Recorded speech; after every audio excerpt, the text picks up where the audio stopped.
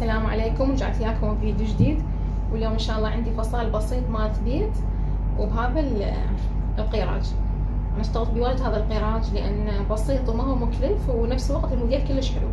يعني انا زبون انطتني قطعه ما اخترت موديل، فانا حبيت الموديل وقلت خلي اشتغل عليها. مالت بيت يعني هاي قطعه كشمير 2.5 متر. طبعا هذا مو كشمير، اذا كشمير فنوعيته كلش حلوه وراقيه. اعتقد مو كشمير، يعني قصدي يشبه الكشمير بس نوعيته كلش حلوه. هذه 2.5 متر. اول شيء الزبونه هذه ما تلبس كلوش، فراح اشيل. هي بسيطه كلش والفصال عادي، بس عادي انا راح اصور لكم الفصال لان احنا القناه كلها للمبتدئات. اذا موديل مو للمبتدئات فانا اقول هذا مو للمبتدئات.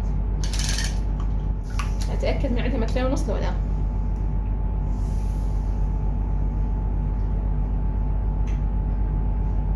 مثلا ربع طلعت، بس عادي انا راح اشيل نص متر. هاي الزبونه قلت لكم ما تلبس كلوش. اذا تلبسون كلوش فتطبقونها 4 طبقات وتفصلون. انا راح اشيل نص متر للرذانات.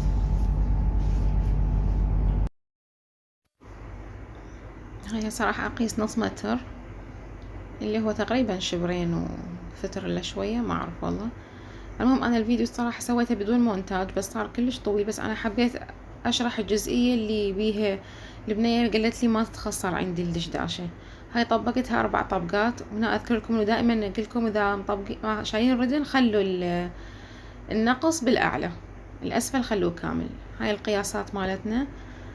راح اقص الحاشية اول. انا الجزء اللي شرحت بيه البنية انه شلون تخصرها تركته بدون مونتاج، بس الباقي كله راح اسوي له مونتاج لان الفيديو يصير حيل طويل وما له داعي. الموديل كلش بسيط، يعني نص عرض الكتف شبر وصبع لان 20 سنتيم عندي، ونزلت 25 سنتيم. المهم والباقي راح اخلي لكم اياه بالشرح.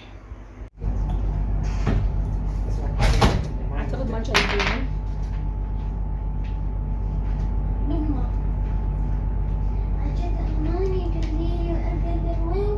نزلت 25 سنتيم وربع الصدر عندي 100 ربع 25 و3 سنتيم للخياطة.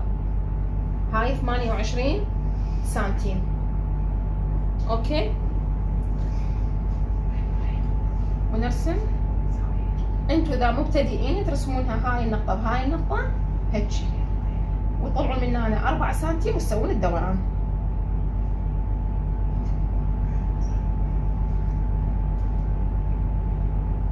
هاي الطريقة. طبعا تفهمتوا.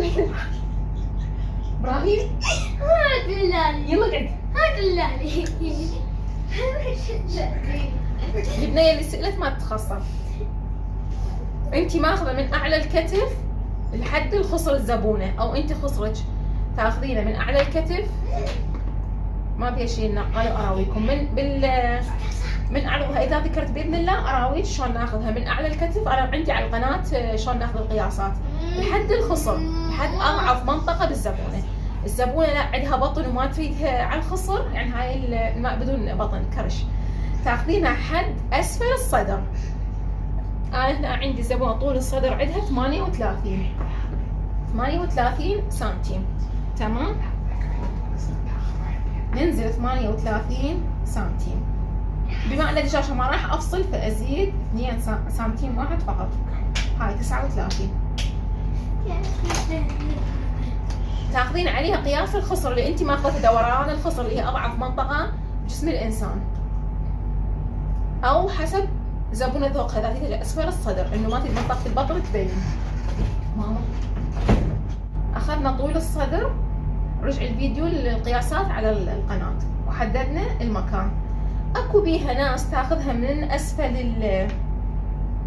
هاي حفرة الردين تاخذ. انا هذه ما اعترف بيها ابد الصراحة، يعني هو كل من طريقته، وانا ولا هاي طريقتي اساسا انا مضبوطة 100%. كل خياطة هي تبتكر الطريقة اللي تناسبها وتضبط على الزبائن. ها هي بس انه ما تاخذين من اسفل هنا 12 سنتيم او ما اعرف ايش كثر، ترى هذه مو شرط مضبوطة على حفرة الايد مالت الزبونة. يعني دجاجة البيت احنا نسويها اكبر، ملابس الطلعة نسويها اصغر، فما معقولة انه انا اخذ على هذه وانزل راح يطلع مكان الخصر، مستحيل. فانت اخذي طول الصدر من اعلى الكتف.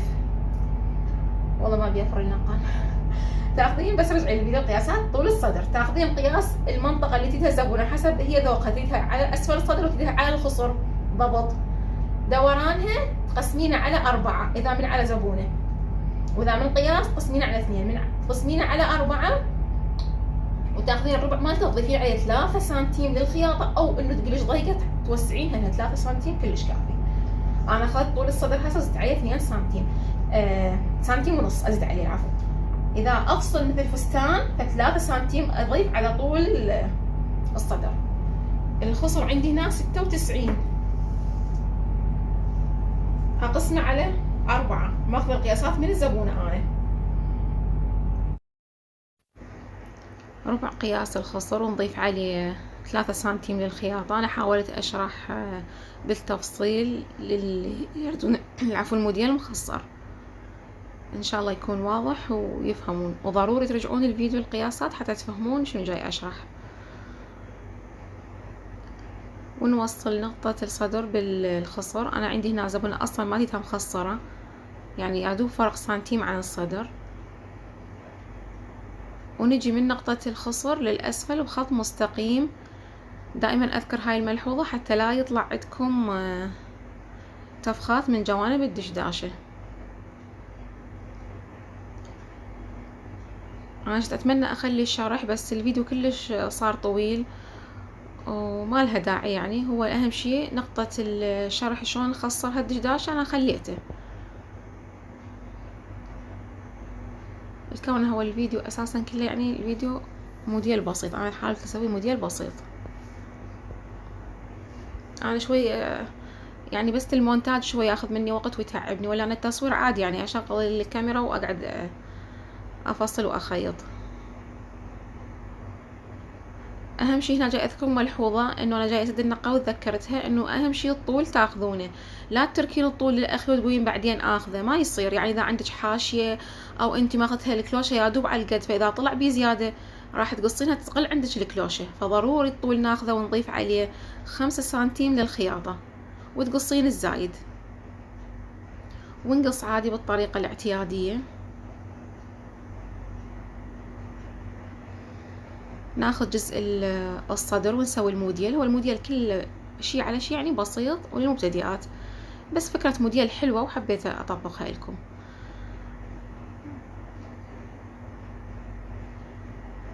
بالقراج يعني هو صحيح يعني اشتغلت بواجد، بس هو حلو مبتدئات يشتغلون به. أنزل من هنا تقريبا 10 سنتيم خط مستقيم، وأنزل على شكل حرف في 7 حتى تصير عندي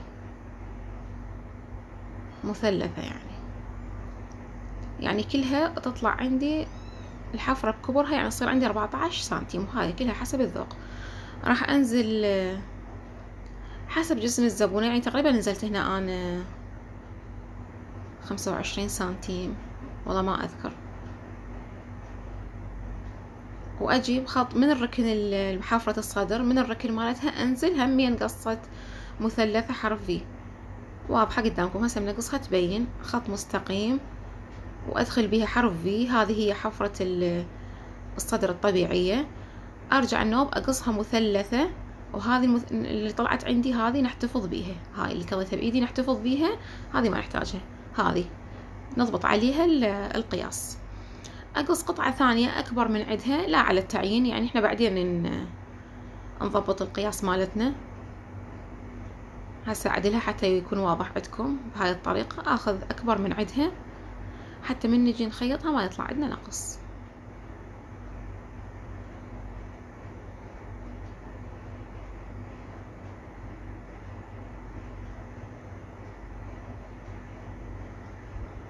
هاي هسه نشتغلها لكم بالقراج.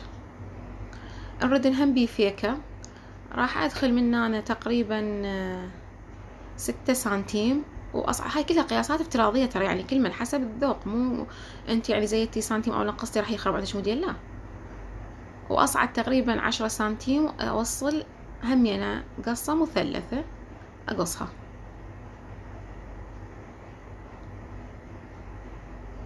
هاي الحجم مالتهن، هذا مو ضروري نحتاجهن عادي، يعني احنا نقص اكبر، اهم شي نقص اكبر من عدهن وهم نسوي عليهن الموديل.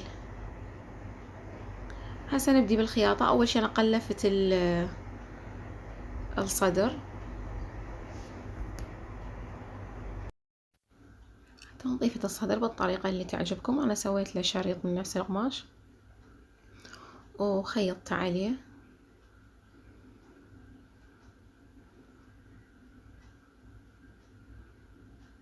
هو بزاوية. هاي المثلثة من الأسفل نقلبها بهاي الطريقة وناخذها زاوية حتطلع عندنا مرتبة بهاي الطريقة، نخيطها. هذه القطعة اللي جبتها أكبر من هاي اللي قصيناها، هذه ضروري نحدد المكانات، أقلبها حتى تبين عندكم. هاي أهم شي يعني تحددون حتى من عندهن هاي النقط اللي راح أخلين هنا من عندهن يبدي الشريط، ونقطة منا ونقطة من الأسفل. هذا هو حجمها.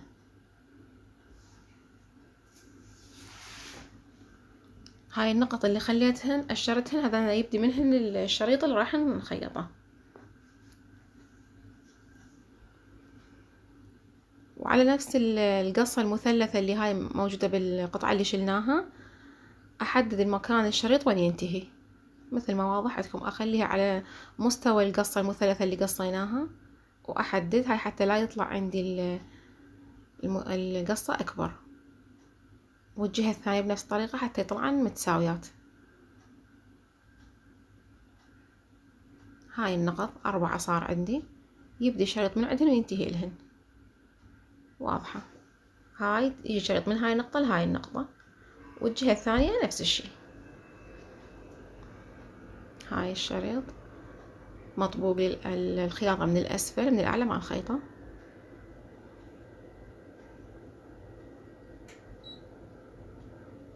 أنا حاولت أختصر الفيديو، بس هو الفيديو المبتدئات يعني إذا أختصر شو راح يفتهمون.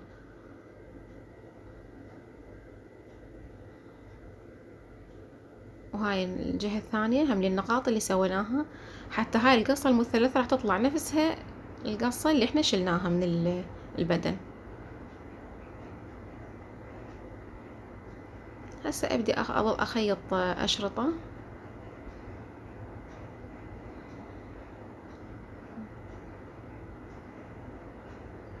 مثل ما واضح عندكم بالفيديو. أنا تمنيت عندي لون رصاصي، قلت أداخل وياه لون رصاصي بعد بهاي الأشرطة، بس ما عندي. هم يصير حلو. مثلا هاي ثلاث خطوط سويت من هذا اللون، أجي مثلا 3 خطوط رصاصي وأرجع لنا ب3 خطوط من هذا اللون، يطلع كلش حلو. يعني يبقى بعد كل من حسب الذوق. أنا رتبت بهذا العدد وبعدين لا كملت. هاي شكلها. هذه أخلي بس سنتيم واحد، أقص الزايد حتى أطبقها وأخيطها، ونقص المثلثة اللي بالنص. شوفوا بهاي الطريقة.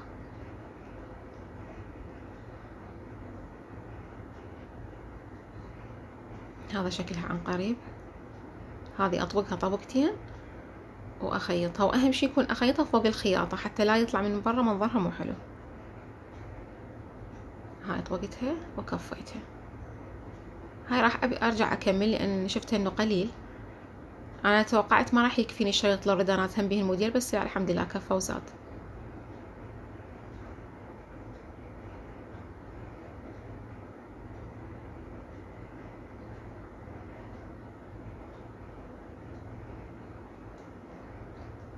تقدرون تكملون بحيث ما يبقى مجال. أنا بغى مجال صغير خليت بيه كريستال بالأخير. بالفيديو بالنهاية صورت لكم ضفت لها كركوشة وضفت لها كريستال. هاي شكلها. تقدرون يعني تكملون هاي المجال البقى القليل الأسفل، يعني تقدرون تكملونها بحيث ما يبقى عندكم مجال، تطلع هم منظرها كلش حلو. على هاي القطعة اللي قصيناها نحدد القياسات ونثبتها دنابيس.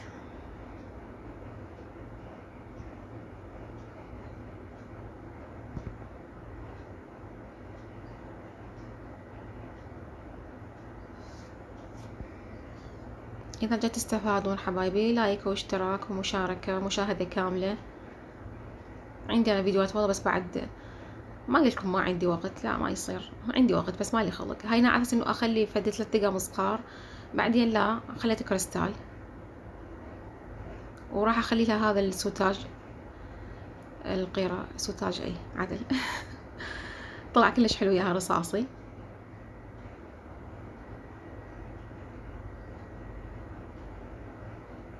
انا سويت لها دنابيس اجي اخيطها بسهولة.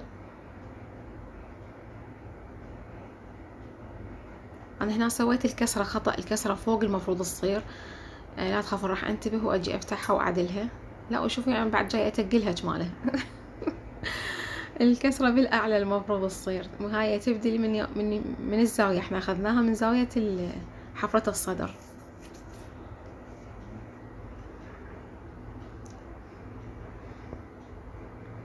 انتي مو خياطة فنانة اذا ما تفتقين، لا تضوجون اذا فتقتوا والله.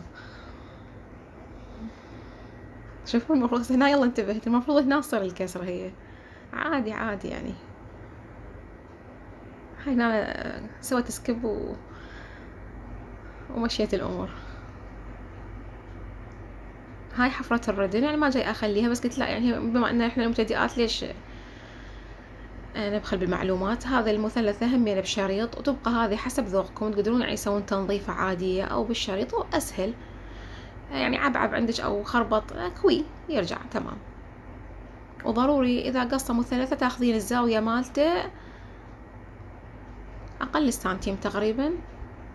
هسه شوفوا اطبقه، من اطبقه راح يطلع عندي شلون الزيادة، ها هي مبينة يعني، هاي الزيادة اخذها بخط مستقيم كلش ويا البدن، من افتحها تطلع حيل مرتبة. هاي حتى قصات اذا عندك قصة بالصدر مثلثة بهاي الطريقة نسويها. نفس طريقة الصدر انا سرعتها لان نفس طريقة الصدر، نحدد النقاط ونوصل البيانات هنا الشريط، مجرد انه هاي مصغرة لا اكثر ولا اقل، ونبدي نسوي. انا اكتفيت ب3 اشرطة كل جهة، وهمين اقصه واكفه طبقتين صغار، واخلي انا حبيت يكون بيه شلون الفتحة الردان يطلع احلى منظره. وهذا شكل النهائي. هنا بعدني لا مخليه الكريستال ولا الكركوشة، بعدين حسيت انه اكو نقص تحتاج شي فضفت لها كركوشة وكريستال. هي مو هالعرض طبعا، التصوير هو يظلم الصراحة. هاي شكلها على الملكانة، وهاي الكركوشة. ما ادري الاشعارات راح تزعجكم، شو اسوي، مراسلات. ضروري اللايك حبايبي لا تنسونه. انا ما اقول لايك وهاي لان ادري حبايبي مستحيل ينسون اللايك، بس اكو ناس تنسى عادي. انا اوقات اشاهد فيديو يعجبني حيل واطلع انسى اخلي لايك، فمن يقولون خلي لايك اتذكر واخلي. مشاهدة كاملة، واذا استفدتوا كتبوا تعليق حلو مثلكم، واشوفكم فيديو تعليم جديد ان شاء الله تعالى. مع السلامة.